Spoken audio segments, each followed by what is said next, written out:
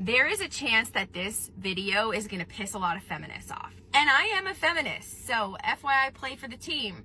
But there is a version of feminism that I think has backfired so hard, specifically with millennial mothers in the workforce. And I want to explain a little bit why and see if you can hang on with me through the video and then give me your feedback in the comment section.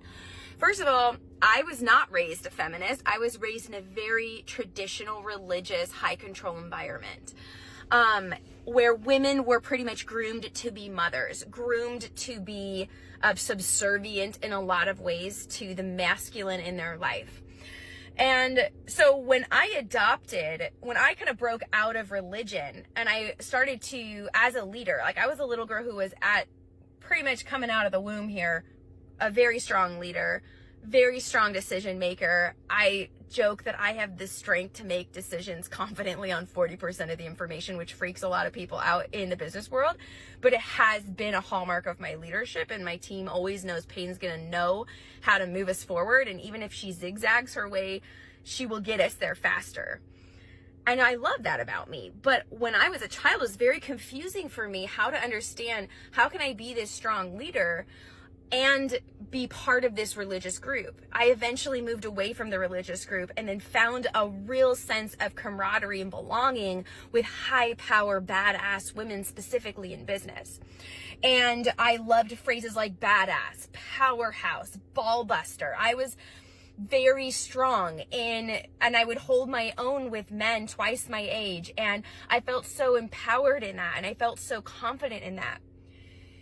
And behind the scenes, what was going on for me was feeling like high anxiety, constantly holding on super tight, white knuckling my life, feeling like I had to always be the one in the control seat, feeling like I couldn't trust other people. I had to be the badass. I had to be on. I had to be the hardest worker, first one in, last one out. I had to not say no and protect my sanity because I had so bought into, and the culture had been feeding me along all of these, times, things like, you have to sacrifice now to have the payoff later, or the hustle culture. I was so entrenched in that. And then also coming from a traditional background, I was still looking at the role modeling for my family where the wife did everything in the household. And even if I wouldn't consciously choose that for myself, what I was doing in my life was living that exact recipe.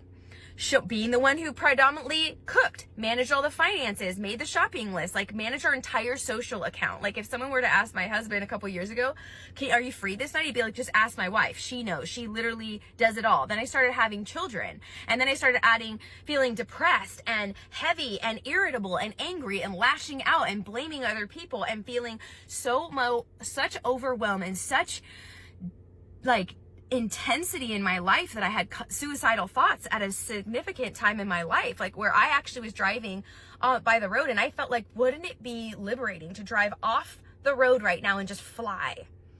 And I had this sense of like, my God, how shitty is my life that that's what I'm thinking. And so as I've stepped back, I ended up face planning from chronic stress, wrote a whole best-selling book on it called Take Two, where I talk about how I rehab my life by stepping away from the chaos and the craziness and the overproduction and the stress of trying to be everything for everybody as I was definitely nurtured to be, but then also trying to be a business badass on top of the traditional mentoring and role modeling that I had. And all of that connects to so much of what I talk here on TikTok is people pleaser, the feminine people pleaser, the good girl syndrome, trying to be the prototype female in business to break ceilings for others, and then in my home to I don't know, like make my mom think I'm still doing a really good job. Like it's amazing to me sometimes how even as adults, like behind our mind, we're like not wanting to be judged by people that nurtured us and were influential to us as children. And it led me to such a place of depletion. I literally felt like I don't really know how to be a female, a feminine energy in the world. When traditional wasn't working for me, when business badass is not working for me, I am face planning from chronic stress, I am this close to an autoimmune disease, like I am not doing well as a human. And I have some polarizing thoughts about this. which is that we still have a lot of work to do around what are the unique gifts of the feminine. And I'm not talking so much about gender, I'm talking about the feminine energy. All of us having polarity within us. Some of us having more masculine energies of push, drive, get it done, create safety and containers and systems to get things done, and a more feminine energy of nurturing and creativity and intuition and magic and impulse and spontaneity and reading people really, really well. And for me, it was just this, there's been this alchemy going on, and it's such a thing I'm passionate about with the people that I coach, is how do we be the modern woman? And how do we reverse engineer the harmful conditioning that has strategically tried to hold women down and be subservient and be conditioned to be small and afraid of success? How do we get them in high competition with one another so that they're clawing for this one seat at the table?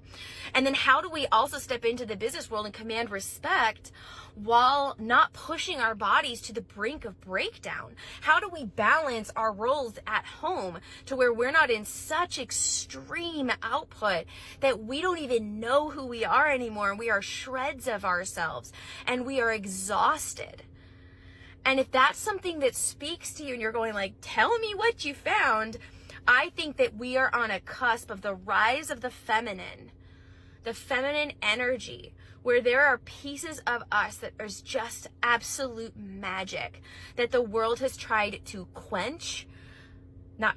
has tried to squish down and hide and penalize us for, that we have not even awakened the magic that can be within each and every one of us.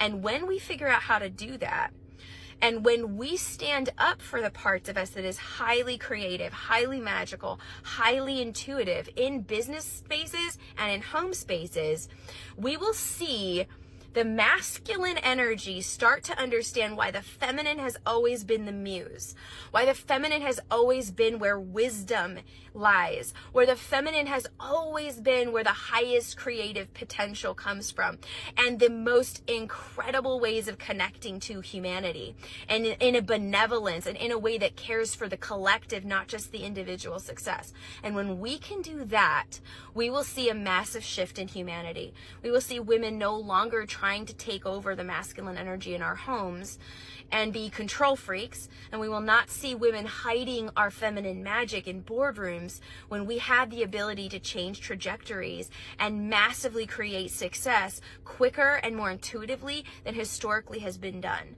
Something I am the most passionate about is helping women step into their full power. This doesn't mean you can't have masculine energy. This doesn't even mean you have to be a female. It just means that if you are designed at a soul level to have a lot of feminine flow and energy and creativity and spontaneity and flow in your life, you don't have to fake that, shape that, and hide that in the spaces that does not yet understand how powerful it is. And we need an entire generation of women to rise up and to start filling those spaces and homes and in corporate environments, so that women aren't laughed out of rooms for having hunches on things that could change trajectories in business. That women don't have to emasculate their husbands to feel like they're being respected at home, and they're breaking generational cycles of subservient women who just lived for their man to be successful. And there's a lot of work to do around this, but it's something I'm highly passionate about. So if you're finding yourself in resonance to this message, go ahead and follow, because I am about to drop so much around how to step into feminine power and be integrated and aligned as our whole self, and how to do that with grace and with power in spaces where we've shrunk and where we have tried to become more masculine to be respected, and it's actually doing us a grave disservice.